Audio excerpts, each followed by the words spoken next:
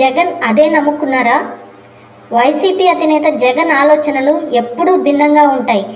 ఆయన జనాన్ని పైన ఉన్న దేవుడిని నమ్ముకుంటానని తరచూ చెబుతూ ఉంటారు. అది మంచిదే కానీ వాటితో పాటు ఆయన పార్టీ నిర్మాణాన్ని నమ్ముకోవాల్సి ఉంటుంది కదా అంటున్నారు కొంతమంది విశ్లేషకులు. పైన దేవుడు, కింద జనాలు దీవెనలు ఎన్ని ఉన్నా పార్టీ క్యాడర్ పనిచేయకపోతే విజయం సొంతం కావు అని 2023లో జరిగిన ఎన్నికల్లో స్పష్టమైంది. ఈ నేపథ్యంలో పార్టీని పునర్నిర్మించుకోవాల్సి ఉంటుంది. పార్టీలో లోపాలను పూర్తిగా ఆత్మవిమర్శనతో సరిచేసుకోవాల్సి ఉంటుంది. తప్పులు ఎక్కడ జరిగాయన్నది భేషజం లేకుండా సమీక్ష చేసి మరీ సరిదిద్దుకోవాల్సి ఉంటుంది. కానీ వైసీపీలో అవేమీ జరగడం లేదు అని అంటున్నారు. పార్టీలో ఇంకా పనిచేయని వారు ఉన్నారు. జనాలకు పార్టీకి నచ్చని వారు ఉన్నారు. సైలెంట్గా ఉంటూ పార్టీని కదలనీయకుండా చేసేవారు ఉన్నారు. అయితే వీరి విషయంలో అధినాయకత్వం ఉదాసీనంగా ఉంటోంది అని కొంతమంది కార్యకర్తలు వాపోతున్నారు. ప్రతి నియోజకవర్గానికి ఇన్ఛార్జీలను నియమించారు. వారు పనిచేస్తున్నారా లేదా అని ఎప్పటికప్పుడు చెక్ చేయడం, పార్టీకి ఇబ్బందిగా ఉన్నవారిని పక్కన పెట్టడం చేయాల్సి ఉండగా ఎందుకో ఆ విషయంలో నిర్లక్ష్యం చేస్తుంది వైసీపీ అధిష్టానం. మరో విషయం తీసుకుంటే ఈ రోజుకి వైసీపీలో చాలా చోట్ల ఇన్ఛార్జీలు లేరు. కోస్తా జిల్లాల్లో పార్టీ బలహీనంగా ఉంది. ఉభయ గోదావరి జిల్లాల్లోనూ పార్టీ నిస్తేజంగా ఉంది.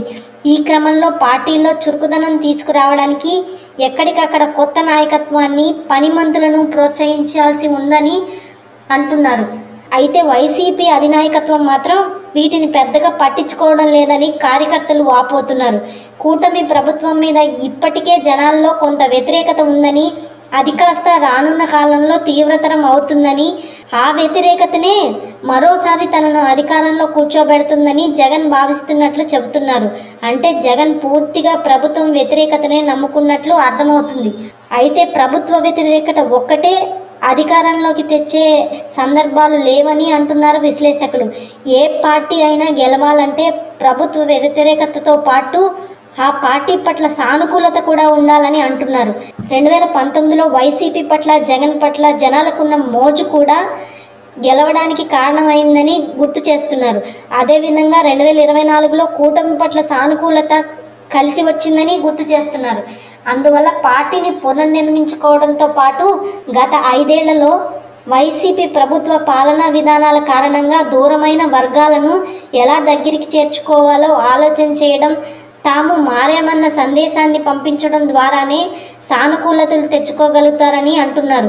ఆ విధంగా వైసీపీ కనుక తీరు మార్చుకోకపోతే ఇబ్బందులే అని అంటున్నారు. మరి కేవలం యాంటీ గవర్నమెంట్ ఓటు బ్యాంక్నే నమ్ముకుంటే వైసీపీ రిస్క్ చేసినట్లే అవుతుందని విశ్లేషకులు అంటున్నారు. మరి ఈ విషయంలో వైసీపీ అధినేత జగన్ ఏ నిర్ణయం తీసుకుంటారో వేచి చూద్దాం. హాయ్ ఫ్రెండ్స్, మా ఫ్యూచర్ టుడే ఛానల్ చూస్తున్నందుకు చాలా థ్యాంక్స్. మరిన్ని లేటెస్ట్ వీడియోస్ కోసం వెంటనే సబ్స్క్రైబ్ చేయండి. అలాగే ఈ బెల్ ని కూడా రింగ్ చేసేయండి. మా లేటెస్ట్ వీడియోస్ నోటిఫికేషన్స్ అన్నీ మీ మొబైల్లో వస్తాయి. మా వీడియోస్ మీకు నచ్చితే లైక్ చేయండి, షేర్ చేయండి, నచ్చకపోతే కామెంట్ చేయండి.